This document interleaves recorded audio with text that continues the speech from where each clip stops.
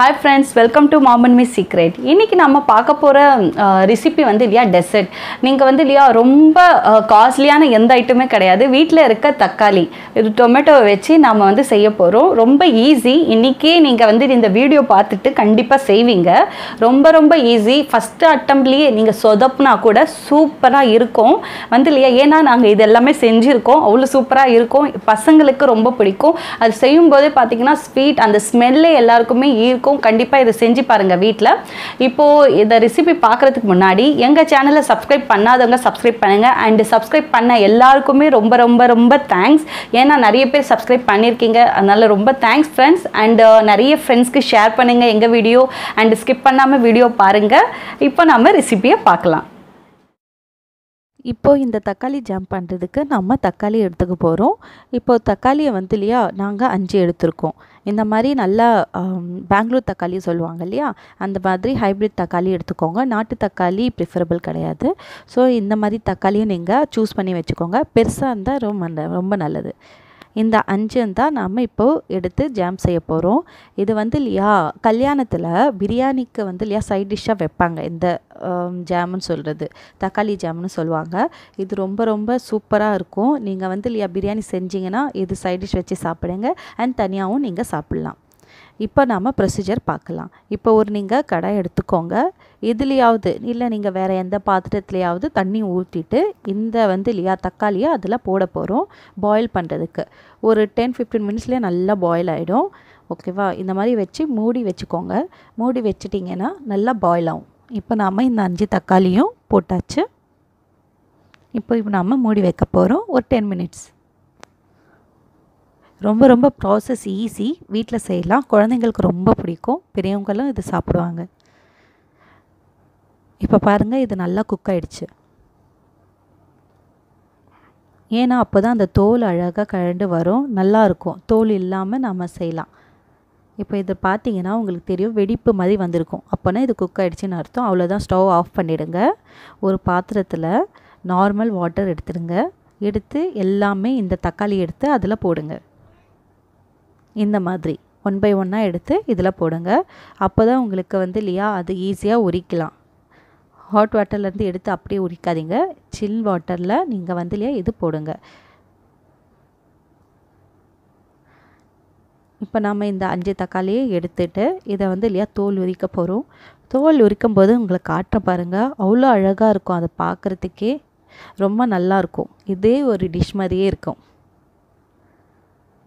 5 தக்காளியுமே பாருங்கள் நல்லா வெடிப்பு விட்டுருக்கு. இந்த 5த்துலேயுமே இப்போ நம்ம இதை உரித்து காட்டுறேன். தக்காளி ரொம்ப ஈஸியாக இருக்கும். இந்த மாதிரி வந்துடும், கையோடு வந்துடும். அந்த தோலே எடுத்த உடனே இந்த மாதிரி குக் பண்ணிக்கோங்க. அழகாக இருக்குது இல்லையா? ஆக்சுவலி தக்காளி ஜூஸ் உடம்புக்கு ரொம்ப நல்லது, ஸ்கின்னுக்கு ரொம்ப நல்லது, நல்லா க்ளோயிங் கொடுக்கும். நீங்கள் வந்து இல்லையா உங்களுக்கு தக்காளி பிடிக்கும்னா நீங்கள் தக்காளி ஜூஸ் எடுங்க, சூப்பராக இருக்கும். அந்த விதையை தவிர்த்துட்டு நீங்கள் அந்த ஜூஸ் போட்டு குடிச்சிங்கன்னா வாரத்தில் ஒரு நாள் உங்கள் ஸ்கின் நல்லா பளபளப்பாக இருக்கும். இப்போ தக்காளி ஃபேஷியல் கூட பண்ணுறாங்க, உங்களுக்கு தெரியும்னு நினைக்கிறேன். நான் அந்த ஃபேஷியல் உங்களுக்கு வந்து இல்லையா போட்டு நெக்ஸ்ட் வீடியோவில் போடுறேன். இப்போ பார்த்திங்கன்னா இந்த தக்காளி பாருங்கள் ரொம்ப அழகாக அந்த ஸ்கின் எடுத்துகிட்டு அப்புறம் அவ்வளோ க்யூட்டாக தெரியுது இல்லையா? இப்போ நாம் எல்லாமே இதே மாதிரி தோல் உரித்து எடுத்து வச்சுக்கிறோம். உங்கள்கிட்ட மேஷர் இருந்துச்சுன்னா நீங்கள் அதை வச்சு மேஷ் பண்ணிக்கோங்க. அப்படி இல்லைன்னா நம்ம கையாலேயே பண்ணிக்கலாம். ரொம்ப ஈஸி தான். அது இருந்தால் என்னென்னா உங்களுக்கு நல்லா வந்து இல்லையா குழச்சி பண்ணிக்கலாம். இப்போ இல்லைன்னா நீங்கள் ஒரு மிக்சியில் ஒரு அடி அடிச்சுக்கிறீங்க அப்படின்னா கூட நீங்கள் பண்ணிக்கோங்க. பட் கையாலேயே நீங்கள் பிசைஞ்சாலே போதும், ரொம்ப நல்லா வரும். பாருங்கள், இப்போ நம்ம 5 தக்காளியும் பண்ணிட்டோம். சூப்பராக இருக்குது இல்லையா? அழகாக இருக்குது. இது அவ்வளோதான். இந்த ப்ராசஸ்ஸு. இதுக்கு இம்பார்ட்டன்ட் மெயின் இன்க்ரீடியண்ட்டே பார்த்திங்கன்னா டொமேட்டோ மட்டும்தான். இப்போ நம்ம டொமேட்டோவை நல்லா மேஷ் பண்ணிக்க போகிறோம். கையால் தான் பண்ணுறோம். ஓகே, மேஷர் நம்மக்கிட்ட இல்லை. இருந்துச்சுன்னா நீங்கள் அதை யூஸ் பண்ணி அந்த மாதிரி பண்ணிக்கோங்க. மீன் டைம் நீங்கள் வந்து இல்லையா இதுக்கு தேவையான கீ, சர்க்கரை எல்லாமே எடுத்து வச்சுக்கோங்க. ஒரு 1/4 கிலோ தக்காளிக்கு பார்த்திங்கன்னா நீங்கள் ஒரு 250 - 300 சர்க்கரை தேவைப்படும். அப்போனா 1/4 கிலோ தக்காளிக்கு ஒரு 1/4 கிலோ சர்க்கரை. ஓகே.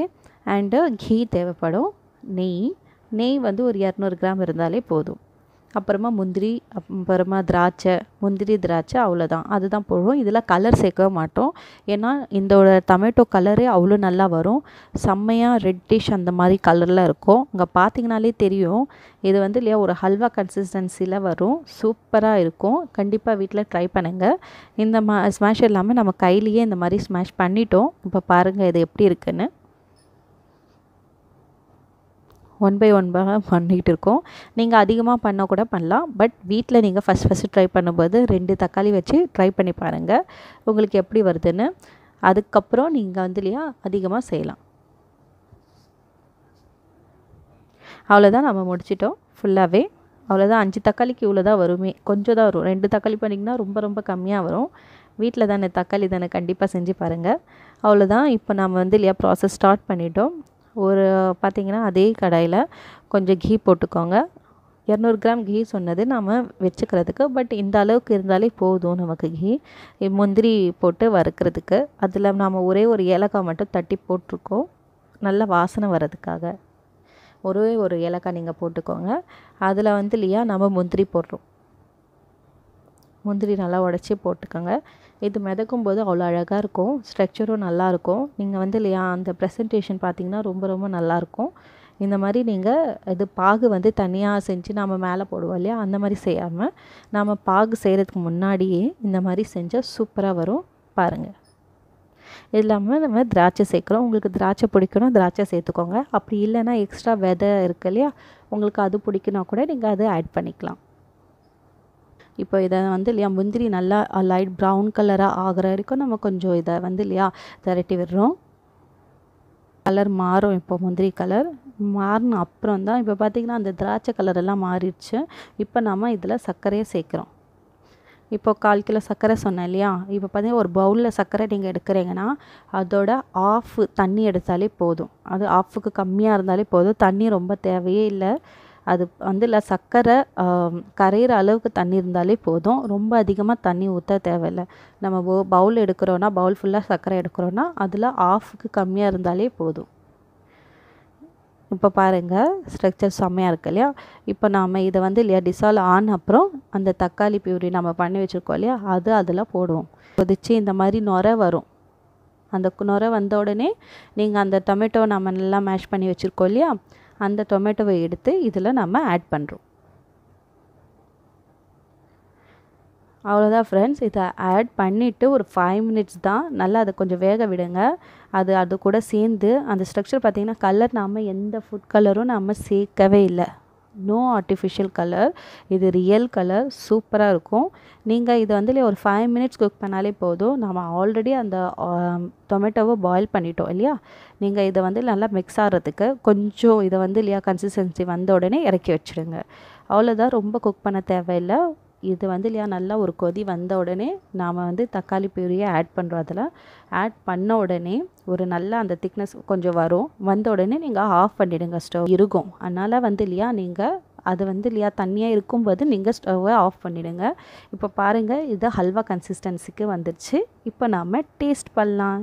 ரெசிபி தயாராகிடுச்சு. இது வந்து இல்லையா எப்படி வந்திருக்குன்னு பாருங்கள். சூப்பராக இருக்குது. அந்த ஹல்வா செய்வாங்க இல்லையா, அந்த ஹல்வா கன்சிஸ்டன்சியில் இருக்கு. சூப்பராக இருக்குது. நீங்கள் உங்களுக்கு ரொம்ப பிடிக்கும். திருநெல்வேலி ஹல்வா செய்வாங்க இல்லையா, அதே மாதிரி இருக்குது. நிஜமாகவே நல்லா இருக்குது. எக்ஸ்பெக்ட் பண்ணவே இல்லை இந்த மாதிரி வரும்னு. நீங்கள் வந்து இல்லையா கண்டிப்பாக செஞ்சு பாருங்கள். ரொம்ப ரொம்ப நல்லாயிருக்கும். செஞ்சுட்டு நீங்கள் வந்து இல்லையா கண்டிப்பாக கமெண்ட் பாக்ஸில் கமெண்ட்டை ஷேர் பண்ணுங்கள். அண்ட் இந்த ரெசிபி பிடிச்சிருந்தா எங்கள் சேனல் சப்ஸ்கிரைப் பண்ணுங்கள், லைக் பண்ணுங்கள். Bye bye.